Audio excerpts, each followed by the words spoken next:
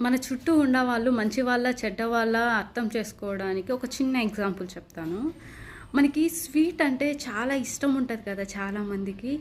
దానివల్ల మనకి డయాబెటిస్ వస్తది, లేనిపోని రోగాలొస్తాయి, వెయిట్ పెరిగిపోతాము. చాలా ఇబ్బందిగా ఉంటుంది.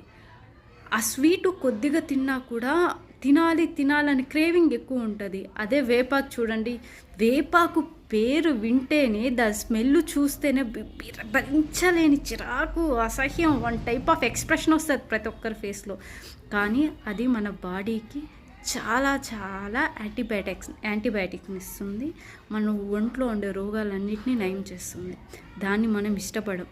మనకి హాని చేసే తీపిని మాత్రం మనం బీభత్సంగా ఇష్టపడతాం. వేపాకు అంటేనే ఇరిటేషను, తీపి అంటేనే బాగా తినాలి తినాలి అన్న క్రేవింగ్. ఇలానే మన చుట్టూ ఉండే మనుషులు కూడా మన